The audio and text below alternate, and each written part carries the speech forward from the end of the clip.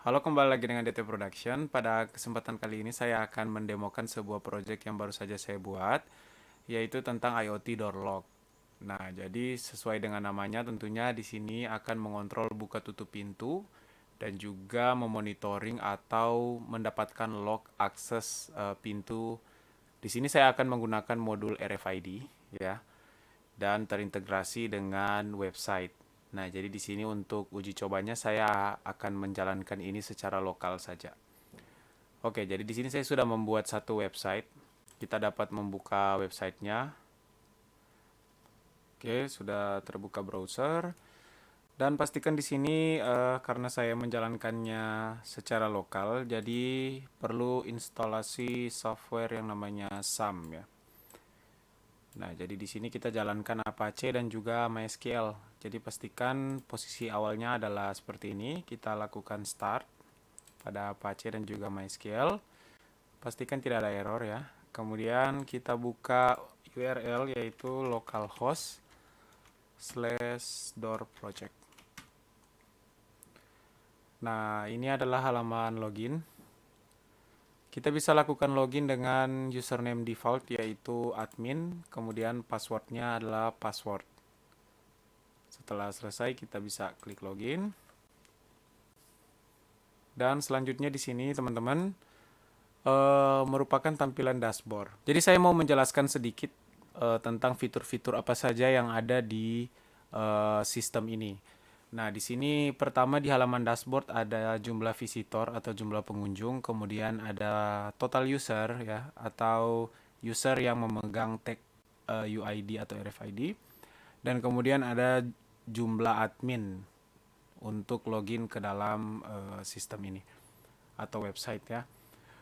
Nah, di sini juga ada Jumbotron di mana kalau kita klik check now ini akan masuk ke log accept ya. Di mana di dalam menu-menu ini terdapat juga menu yang lain ya. Seperti di sini log kita bisa lihat ada accept, kemudian ada reject ya. Nah, di mana di accept ini kalau kita klik akan menampilkan log dari setiap user atau pengguna yang RFID-nya atau tag-nya itu diterima ya atau mengakses suatu pintu itu diterima. Dan kemudian di dalam menu accept ini juga ada untuk copy isi tabel, kemudian ada export ke Excel, selanjutnya untuk export ke PDF, kemudian bisa kita langsung print out ya. Dan juga di bagian kanan sini ada filter dan juga ada search secara real time ya. Jadi tinggal kita ketik maka isi dalam tabel ini akan difilter. Dan kemudian selanjutnya ada tombol filter. Kalau kita klik, kita akan melakukan pencarian berdasarkan tanggal ya. Dan all access ini ya. Jadi ada spinner ini akan menampilkan ID-ID controller atau nama-nama controller dari setiap pintu ya. Karena di sini masih kosong, jadi hanya menu all access saja.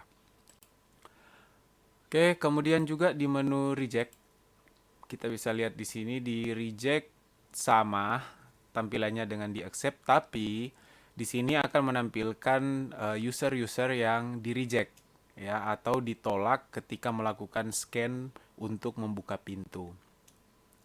Sama halnya juga terdapat tombol untuk copy isi tabel, export ke Excel, PDF dan juga untuk print out. Dan selanjutnya juga ada search secara real time untuk isi tabel ya. Kemudian ada filter berdasarkan tanggal dan juga ada filter akses. Sama seperti tadi akan menampilkan isinya adalah daftar controller atau pintu yang kita sudah tambahkan di sistem ini nantinya. Dan selanjutnya di sini ada manajemen ya. Menu manajemen di mana di dalam menu manajemen ada user dan juga admin. Nah, di menu user ini ketika kita klik akan menampilkan daftar user. Jadi kita bisa edit, hapus atau juga menambahkan user yang baru. Dan kemudian di sini ada search juga, search box untuk isi tabel secara real time. Dan kemudian di sini ada tombol add user. Nah, jadi ketika kita menekan tombol add user, maka controller akan masuk ke mode untuk menambahkan user. Jadi tinggal kita lakukan scan tag RFID saja, maka UID-nya akan ditampilkan di sini secara otomatis. Jadi tinggal kita mengisi nama user.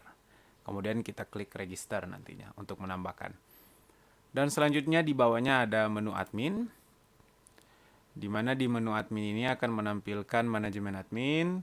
Jadi ada daftar admin atau daftar pengguna atau user yang dapat login di halaman website ini atau di sistem ini. Kita bisa edit dan juga kita bisa hapus. Kemudian di sini kita masuk ke menu settings. Di menu settings ada user block, kemudian ada menu controller. Nah, di sini ketika kita masuk ke menu user block, di menu ini kita akan melakukan atau akan meregistrasi user ya yang sudah kita tambahkan untuk dapat mengakses misalnya pintu A, pintu B, pintu C ya. Jadi tidak, misalnya kita mempunyai 20 controller dan kemudian satu user, misalnya user Dio, ini hanya bisa mengakses 2 pintu saja seperti itu. Jadi kita masuk ke halaman user block. Nah, jadi di sini akan tampil action berupa edit, hapus, dan juga ada untuk block user ya.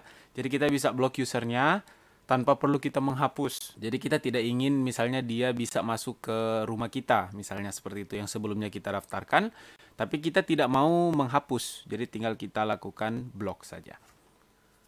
Dan kemudian di sini juga ada menu controller. Nah, jadi di menu controller ini fungsinya yaitu untuk kita menambahkan controller ya. Jadi di sini controller yang dimaksud adalah pintu. Jadi setiap pintu itu memiliki controller. Kalau kita ingin menambahkannya, kita bisa klik add controller.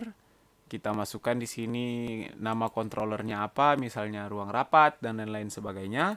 Kemudian ada controller type-nya NUT MCU yang support saat ini ya, SP32 belum support. Kemudian ada key password atau password keypad ya. Kemudian juga ada berapa lama pintu akan tertutup secara otomatis. Jadi misalnya bisa kita masukkan 10 second ya, tapi dalam bentuk millisecond ya. Jadi 10.000 millisecond sama dengan 10 second atau 10 detik. Kemudian ini merupakan request key. Ya, jadi kita nantinya tinggal copy ini ketika kita tambahkan ke sketch di Arduino IDE untuk kita upload ke dalam controller tersebut ya. Jadi dia bisa multi controller, tidak hanya satu atau dua, bisa lebih dari satu controller pokoknya. Oke, itu merupakan fitur-fitur yang ada di sistem IoT door lock ini. Nah, jadi untuk sketch-nya saya sudah buat. Di sini tinggal kita masukkan beberapa parameter saja. Jadi ini merupakan sketch-nya, ada beberapa parameter saja yang harus kita konfigurasi. Di sini nantinya saya sudah membuat satu komentar yaitu user config dan n-nya di sini. Jadi di dalamnya ini yang perlu kita lakukan konfigurasi saja. Di mana ada SSID, ya kita masukkan nama WiFi. Contohnya di sini saya akan melakukan demo ya. Jadi saya masukkan nama WiFi, kemudian passwordnya.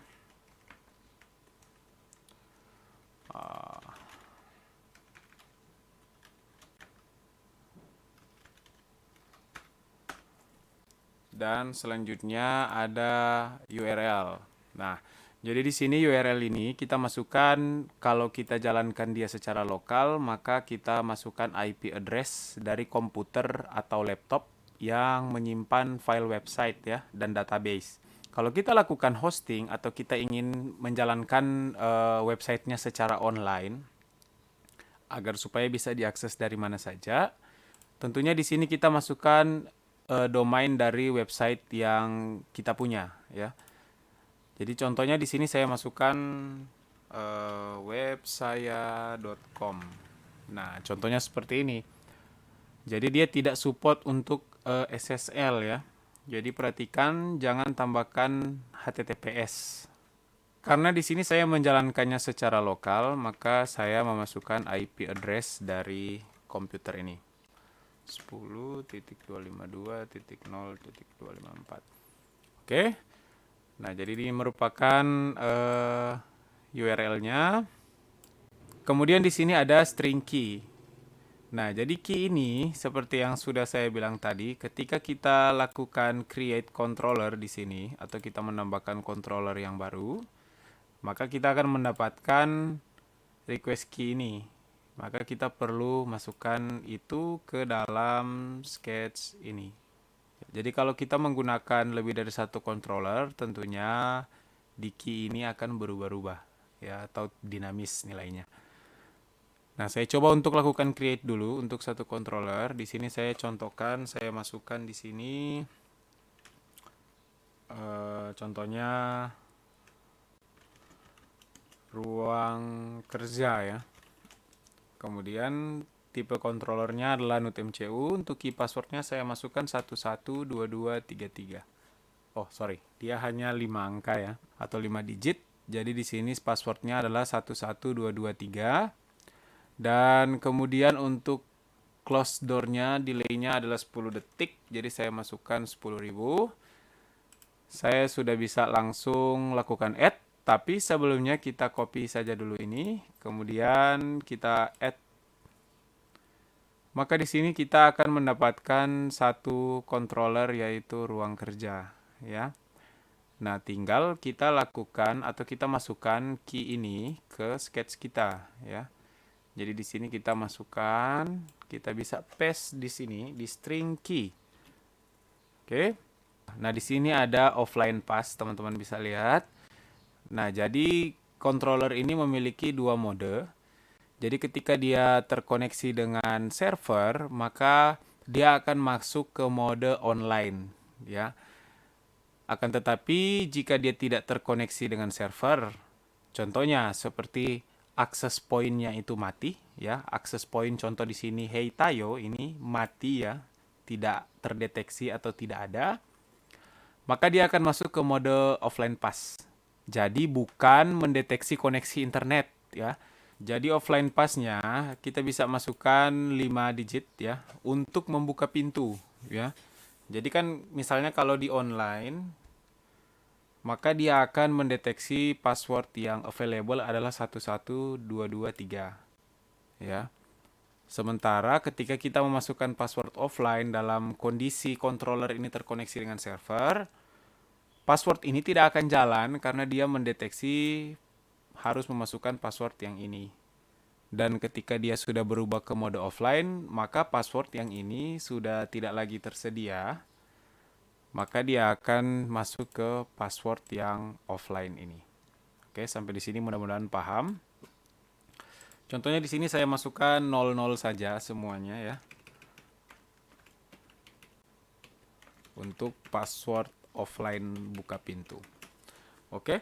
Dan kemudian selanjutnya di bawahnya ada administrator pass. Teman-teman bisa lihat di sini. Nah, administrator pass ini tujuannya yaitu untuk masuk ke mode admin ya. Jadi di mode admin itu kita akan melakukan restart controller. Misalnya kan sistemnya ini sudah jalan dan kemudian kita ingin melakukan reset. Dalam artian reset ingin memulai atau restart ya, ingin memulai project ini dari awal lagi, sistemnya berjalan dari awal lagi. Maka kita hanya cukup memasukkan administrator pass-nya saja. Contohnya di sini administrator pass-nya di keypad ya semuanya ini. Jadi di sini saya masukkan contohnya 5 kali saja. 1 2 3 4 5. Oke, jadi di sini administrator pass-nya adalah 1 sebanyak 5 kali.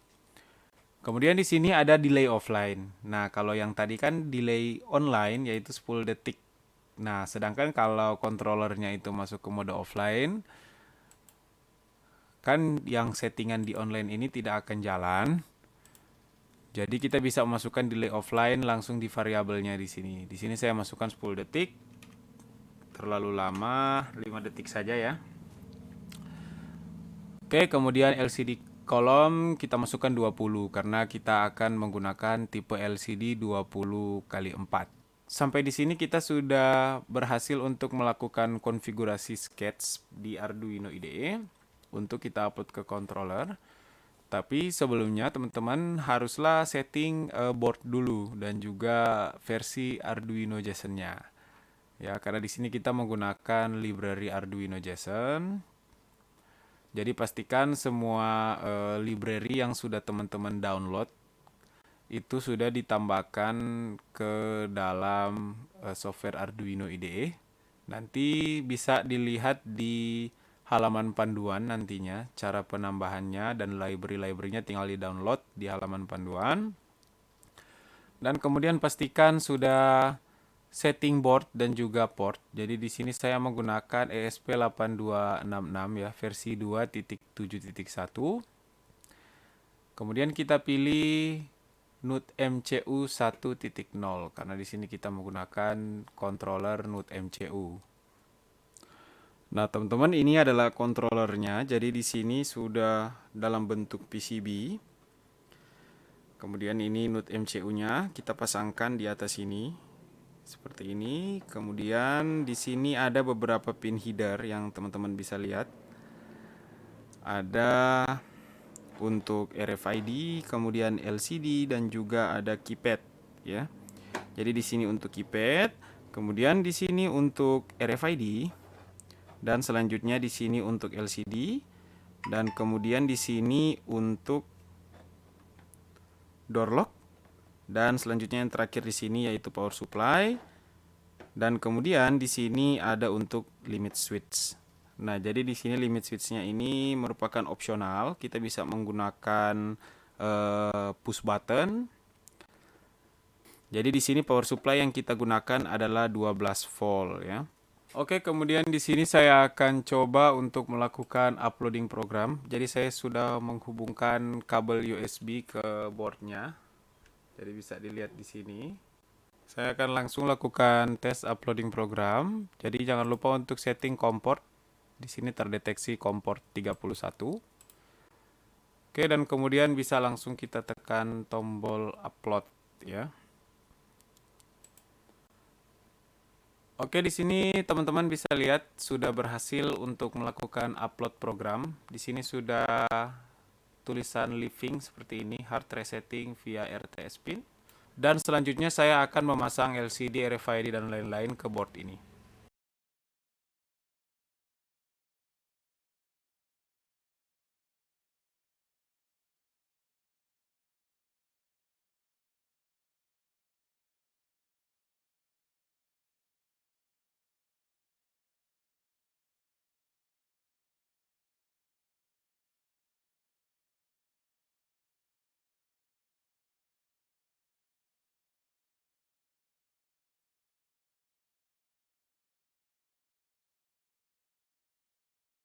Nah, jadi semua panduan perakitan ini bisa teman-teman lihat di panduan yang nantinya akan saya berikan ya. Oke, sekarang saya akan coba untuk menyalakan controller ini dengan menggunakan adaptor 12 volt 2 ampere.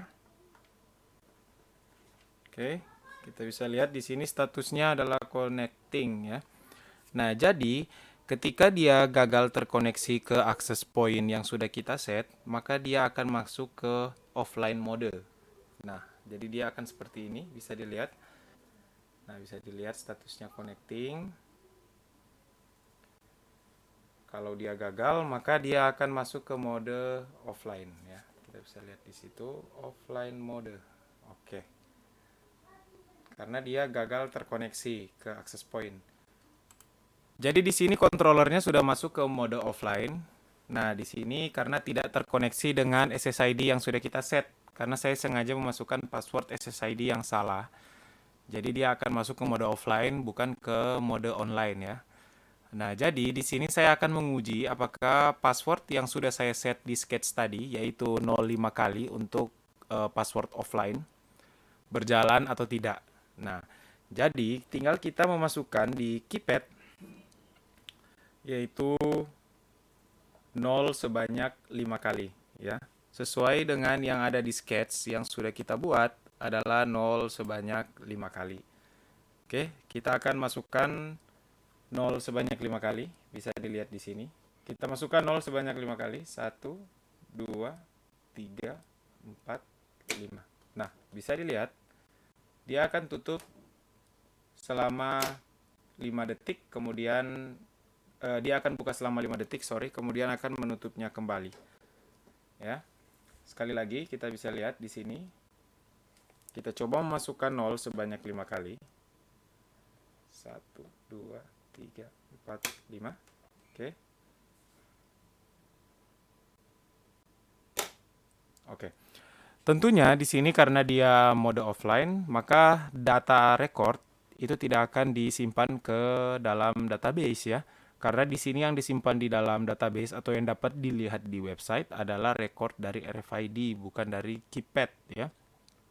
Sehingga ketika kita memasukkan password yang sudah kita set di website yaitu 11223, kita coba untuk memasukkan 11223 di sini. Kita bisa lihat, saya masukkan 1122 dan kemudian 3, maka dia tidak berfungsi karena yang available adalah 0 sebanyak 5 kali ya. Nah. Kemudian di sini fungsi RFID pun juga sudah tidak aktif ya karena dia berada di mode offline sekarang. Oke, dia tidak bisa membuka pintu atau membaca tag RFID karena dia dalam mode offline ya. Oke, sekarang saya akan mencoba bagaimana kalau kita ingin buka pintu ya. Jadi posisinya sekarang kita sudah masuk dan ingin keluar ya. Jadi tinggal kita menekan limit switch saja. Jadi ini relatif, kita bisa gunakan push button dan lain-lain. Jadi tinggal kita tekan di sini. Oke. Maka kita lihat di sini pengaturan timernya sesuai dengan yang kita masukkan di sketch, yaitu 5 detik ya. Sekali lagi, kalau kita coba. Oke. Nah, oke, kemudian saya akan ganti password WiFi yang benar agar supaya bisa terkoneksi. Dan kita lakukan upload program kembali ke dalam board ya.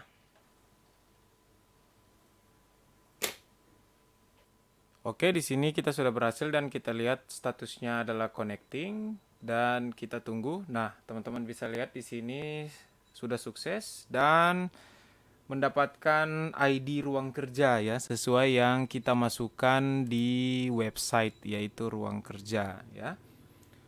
Nah, sekarang ketika kita memasukkan password offline ya, seperti ini contohnya. Tadi kan 05 kali ya, saya coba masukkan 05 kali. Maka tidak bisa ya. Sekarang yang bisa adalah 1122 kemudian 3. Oke? Dan delaynya adalah 10 detik sesuai dengan apa yang kita masukkan di website tentunya.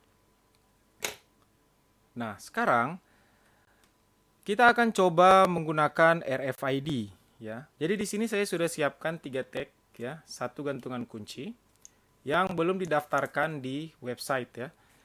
Nah, jadi di sini kita akan coba untuk melihat apa yang terjadi ketika kita melakukan scan tag RFID. Oke, kita coba lakukan scan di sini. Bisa dilihat aksesnya deny. Kemudian kita bisa lihat di website, kita masuk ke log, kemudian ke rejected.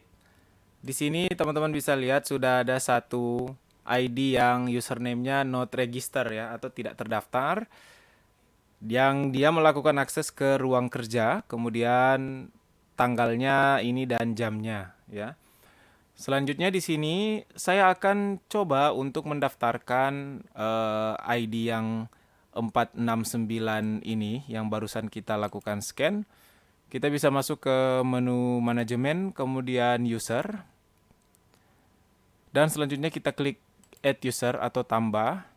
Nah, sekarang ketika kita lakukan scan tag RFID ini ke modul RFID, maka controller ini sekarang sudah masuk pada mode untuk menambahkan user yang baru, ya. Jadi kita bisa lihat di sini ketika kita menambahkan atau kita lakukan scan tag RFID, maka di sini langsung otomatis tampil, ya. Dan ketika kita keluar dari sini, misalnya kita balik lagi ke dashboard nih, maka controller ini masuk pada mode untuk merekam data dan buka pintu, buka atau tutup pintu, ya. Nah, sudah bukan lagi mode untuk menambahkan user yang baru, ya. Sehingga di sini akan tertambah user yang sama, ya. Kita kembali lagi ke menu user, kemudian klik add user. Di sini controllernya sudah masuk ke mode untuk menambahkan add user, ya. Oke, kemudian di sini kita bisa masukkan nama. Contohnya di sini saya masukkan tag 1 atau nama orang saja. Saya masukkan contohnya Arduino. Kemudian klik register. Oke, sudah berhasil menambahkan Arduino, dan ketika kita melihat di log reject, dia sudah berubah menjadi Arduino, bukan lagi not register. Oke, sekarang kita akan coba melakukan akses, ya. Apakah di sini sudah bisa membuka pintu atau tidak? Kita cek lagi.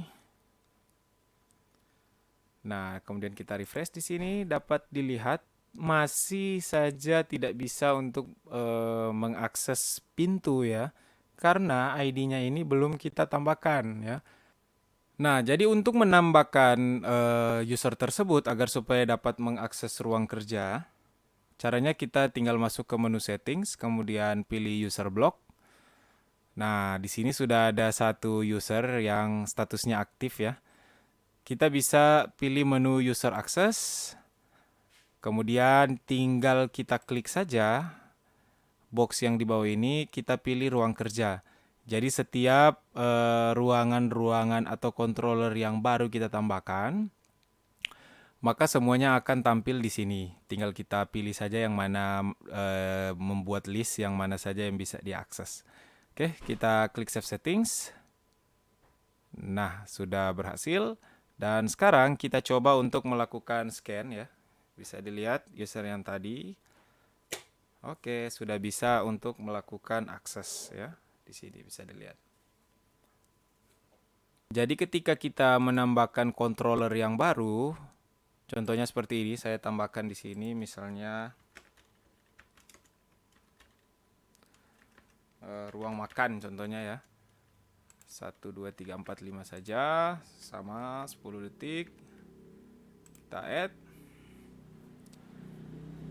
Dan kita ingin menambahkan user yang Arduino itu agar supaya bisa mengakses ruang makan juga, ya. Jadinya caranya masuk ke setting, user block lagi, kemudian ke user access, dan tinggal kita tambahkan di sini ruang makan. Kita save lagi. Maka dia bisa mengakses ruang kerja dan ruang makan. Kalau kita ingin menghapusnya, ya. Contohnya di sini saya akan menghapus ruang kerja karena controller yang aktif di sini adalah ruang kerja. Nah, jadi controller yang aktif di sini adalah ruang kerja. Saya akan coba untuk menghapusnya, ya, dari ruang kerja. Oke, save settings, hanya ke ruang makan saja dia bisa. Maka dia akan deny di sini, tidak bisa untuk melakukan akses. Oke, jadi untuk log yang bisa melakukan akses, kita bisa lihat di log, kemudian di accept. Nah, seperti ini. Kita coba dengan ID yang lain, yang gantungan kunci. Tentunya di sini akses deny, ya, tidak bisa. Kemudian kita akan menambahkan yang gantungan kunci. Kita masuk ke menu user, kemudian kita klik add user. Selanjutnya kita scan saja UID yang akan kita tambahkan. Oke, add user oke. Selanjutnya kita masukkan di sini contohnya Raspi, ya, kurang lebih seperti ini. Register. Kita akses lagi Raspi. Oke, sekali lagi. belum bisa karena kita belum tambahkan ya. Jadi kita klik setting, kemudian user block. Selanjutnya kita masuk ke user access dan kemudian sorry salah user. Yang ini user access Raspi. Kita tambahkan dia ke ruang kerja. Save settings. Oke. Selanjutnya kita lakukan scan lagi apakah sudah bisa? Tentunya sudah bisa. Nah, sekarang bagaimana kita untuk melakukan akses keluar? Sama seperti di mode offline, tinggal kita tekan saja limit switch ini, maka dia akan masuk ke akses yang keluar. Nah, selanjutnya di sini teman-teman, bagaimana jika dia mendeteksi akses poinnya itu tidak terdeteksi, sementara berjalan seperti ini ya.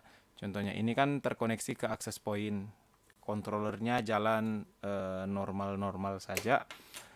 Nah, jadi di sini saya akan coba untuk mematikan akses point dari Heitayo yang saya set di sketch tadi.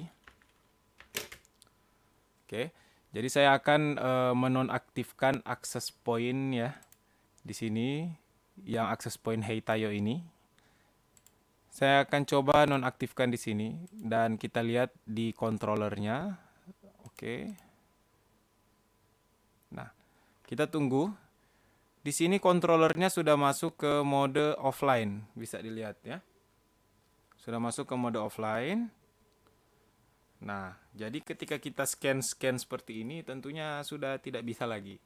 Dan sekarang controllernya ketika kita mengakses password yang online ya. Kita lihat dulu. Untuk password ruang kerja keypad yang online adalah 11223 22 kemudian 3, itu sudah tidak bisa ya karena dia sekarang sudah masuk ke mode offline. Sekali lagi 1122 kemudian 3 sudah tidak bisa. Sedangkan kalau kita mengakses 0 sebanyak 5 kali, dia sudah bisa akses dengan hitungan delay sesuai dengan yang sudah di set ya. Dan kemudian di sini ketika kita ingin mereset ya, misalnya akses pointnya ini sudah up. Contohnya di sini saya on-kan kembali akses pointnya. Apakah yang akan terjadi? Kita bisa langsung melakukan reset ya dengan cara sangat mudah. Kita tekan bintang untuk masuk ke mode administrator. Kemudian kita masukkan administrator pasnya yaitu 1 sebanyak 5 kali. Nah, kita bisa lihat di sini restart controller ya.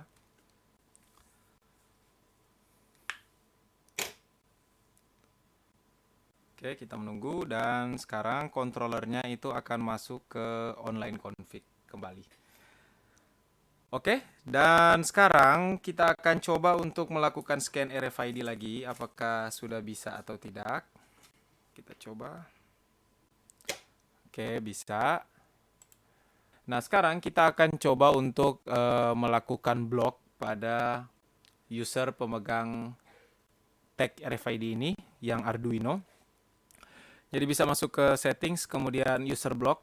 Kita cari user yang akan kita block. Jadi ini bisa secara real time. Kita tulis saja R, maka akan tampil hanya Arduino saja. Di sini statusnya adalah aktif. Kita bisa klik saja block user. Oke, sudah block.